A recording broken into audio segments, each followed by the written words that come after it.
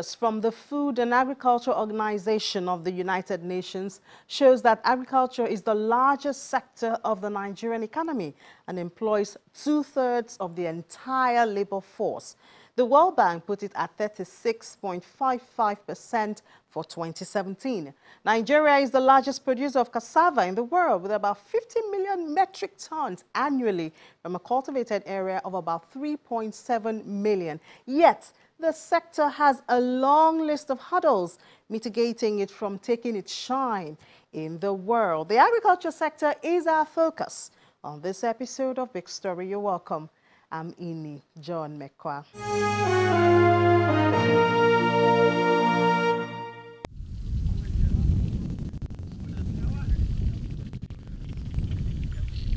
Nigeria has a total land area of about 924,000 kilometers square.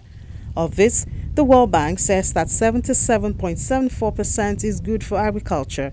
However, in 2017, the Chairman, Senate Committee on Agriculture and Rural Development said that only 40% of Nigeria's arable land is under cultivation.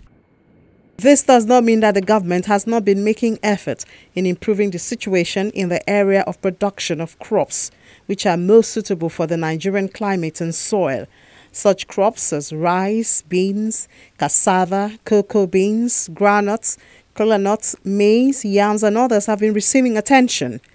In 2016, rice paddy production for Nigeria was 6.07 million tons, a 2.9% decrease when compared to the 2015 production of 6.2 million tons. Nigeria, we need to be patient, close our doors, try to improve on what we produce, eat it and sell it. Gradually develop it to a standard that everyone in the world will come and take it. But if we say we want it 100% today, every nation started somewhere. We need to start somewhere, and patience is the key. The federal government says that by September 2015, the country was importing 644,131 tons of rice. But by the same month in 2017, rice importation had dropped to 20,000 tons. Both states and federal government have taken some conscious efforts to boost production. With these efforts, the federal government has placed rice production at 15 million tons annually. And this has saved Nigeria over 216 billion naira from the importation of rice alone from Thailand and other countries. If you take 460 billion that we send importing rice into Nigeria, an additional 60 billion in a month of Christmas, you will realize that over 500 billion is sent importing rice to Nigeria. That 500 billion would have gone to your pocket. And Cross River State is ready to harvest a whole chunk of this money. Last year alone, federal government spent close to 100 million on provision of seeds. Now we have the biggest factory that produces seeds. This is the plant now. We are going to visit it. We are producing seedlings. So Cross River State, from our 1.3 trillion budget, we know for sure that a minimum of 100 billion of that money will come from this factory.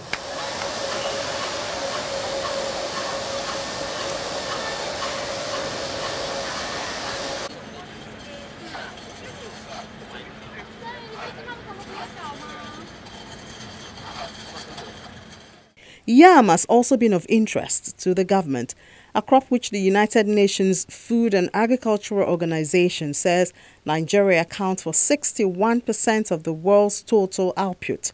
Recently, an initiative tagged Nigeria Yam Export Program was established with the aim to take yam processing to the next level. The committee, which is driving the program, has set the target to export about 480 tons of yam, equivalent to 20 containers, every month in 2018.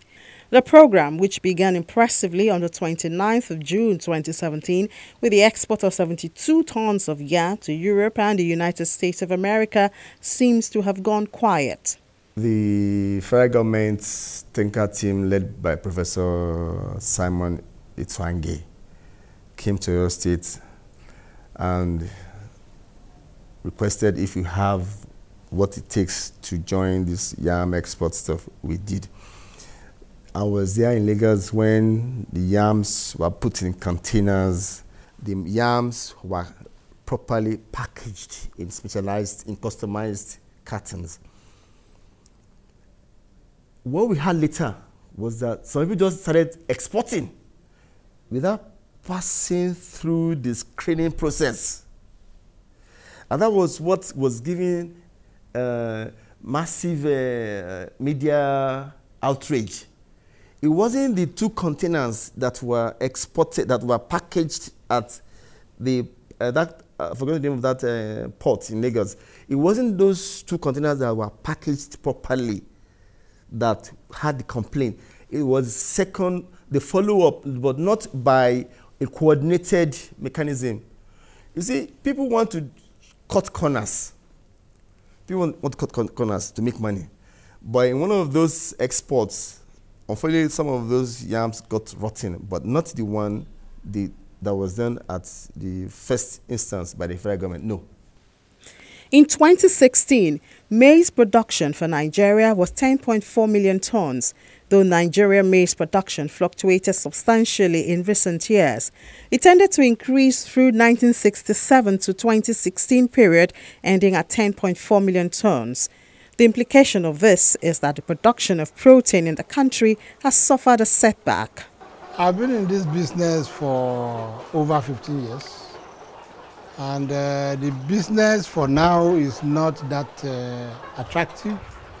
It used to be very profitable, but the economy has affected everything, and the business is not that buoyant anymore. The cost of production has driven a lot of people out of the business. If you go around this place, you see many poultries that are empty. And it's because the cost of feed has gone up.